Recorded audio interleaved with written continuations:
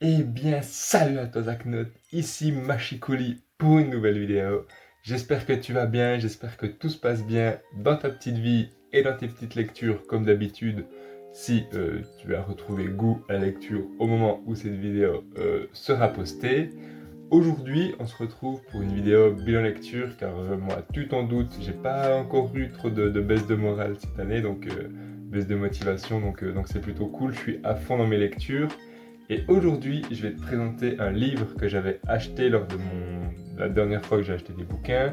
Ça commence de remonter gentiment. Aujourd'hui, je te présente un petit essai de Tania de Montaigne. Donc en fait, il y a deux essais dedans dans ce petit livre. Il y a Noir et il y a L'Assignation. Alors, j'avais acheté ce bouquin parce que Link the Sun en avait parlé, il m'avait plu. La manière dont il en avait parlé et tout, ça m'a plu. Donc je me suis dit, ben vas-y, encore une fois, je me fie à son avis et j'essaye de découvrir des œuvres que j'aurais jamais découvertes sans lui, je pense. C'est une œuvre qui traite de racisme. Donc c'est la première fois que je lis une œuvre comme ça, enfin qui parle de ce sujet-là où c'est vraiment le sujet principal. Donc j'avais beaucoup de hâte avant de l'entamer. Je l'ai lu dans des circonstances un peu particulières parce que je l'ai lu en colo.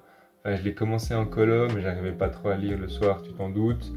Donc voilà, je l'ai lu entre la colo et les vacances chez moi. Donc je l'ai lu sur beaucoup de temps. Et là, je te fais la vidéo genre 2 semaines après que je l'ai terminé parce que j'ai pas eu le temps de la tourner avant. Donc peut-être que cette vidéo, elle sera un peu floue. J'en suis désolé d'avance. Alors, tout d'abord, Noir, la vie méconnue de Claudine Colvin. Qu'est-ce que ça raconte? Ça raconte l'histoire de cette jeune fille qui est en réalité la première noire à ne pas s'être levée dans un bus durant la période de la ségrégation. Nous, on connaît tous Rosa Parks parce que c'est elle qui est entrée à la postérité. Postérité, ouais, je crois. Et on ne connaît pas Claudette Colvin parce qu'elle a été effacée de l'histoire. Elle a été effacée de l'histoire, pourquoi? Parce que Claudette Colvin, elle a 15 ans, je crois, au moment où elle refuse de se lever pour laisser un blanc s'asseoir. Donc elle est jeune, voilà, c'est pas vraiment en fait une belle figure pour le militantisme parce qu'elle est jeune, elle tombe rapidement enceinte, enfin voilà. On préfère, et c'est quelques mois après, je crois, ou un an, ou je sais plus, que Rosa Parks vit la même chose. Et Rosa Parks, elle est un peu parfaite, tu vois, elle a 40 ans, elle lutte déjà depuis longtemps contre la ségrégation, elle a un travail, elle a un mari, elle est bien posée dans sa vie, c'est un peu la femme parfaite. Donc on se dit, ben voilà, on va suivre elle, ça va donner envie aux gens de la suivre, alors que Claudine Colvin, ben pas trop, tu vois. Et c'est l'histoire de cette jeune fille qui est racontée un peu toute sa vie. Euh, Elle a été redécouverte apparemment au XXIe siècle. C'est l'histoire de cette jeune fille en fait qui a été oubliée.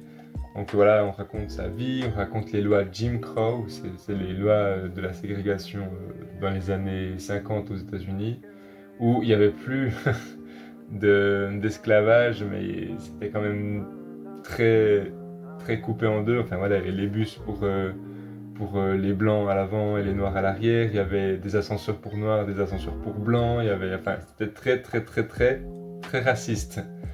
Donc voilà, ça raconte toute sa vie un peu, l'oubli, et après ça raconte un peu la vie de Rosa Parks, et après la vie de Martin Luther King, parce qu'ils sont un peu tous liés, ces personnages connus, enfin que nous on connaît maintenant, qui ont lutté contre la ségrégation.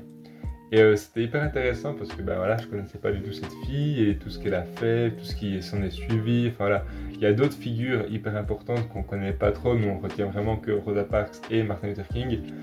Donc, donc voilà, il y en avait en tout cas deux ou trois autres personnages connus enfin, qui auraient dû être connus, mais qu'on se souvient plus. Et moi là, je me rappelle même plus de leur blase, donc ça montre à quel point on se souvient plus.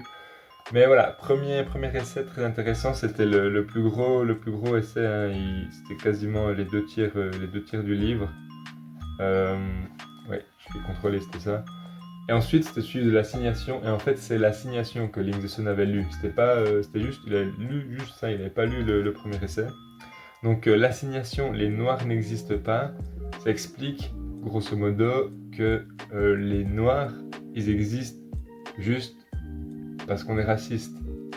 Dans le sens où s'il n'y avait pas de racisme du tout, on verrait pas de différence entre des Européens, des Caucasiens, des Noirs, des Asiatiques, enfin tout ça, tu vois.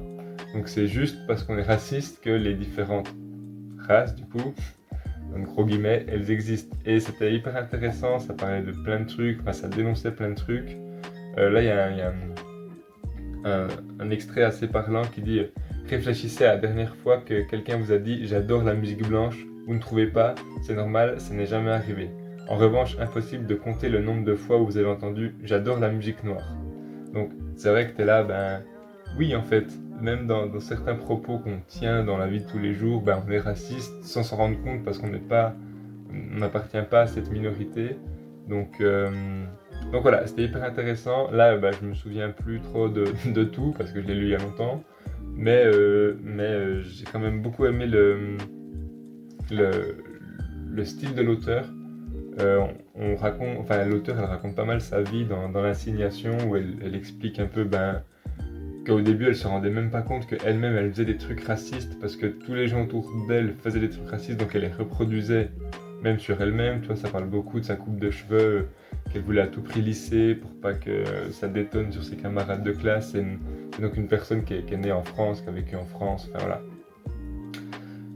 Donc bref, c'était très intéressant, une nouvelle fois pour me cultiver, un peu apprendre de nouveaux trucs. J'avoue que le racisme, c'est pas un thème que je connais beaucoup, que je maîtrise, donc peut-être j'ai dit des bêtises dans cette vidéo, si c'est le cas, je suis désolé. J'ai essayé de pas trop en dire. Mais voilà, c'était un petit essai, enfin deux petits essais du coup, assez intéressants, qui m'auraient pas pris beaucoup de temps à lire si j'avais lu ça tranquille chez moi, mais bon, c'est les aléas du direct. En tout cas, je te recommande quand même ce livre, il est, pour la culture générale, je trouve il est hyper enrichissant. Voilà tout, on arrive à la fin de cette vidéo, j'espère qu'elle t'aura plu.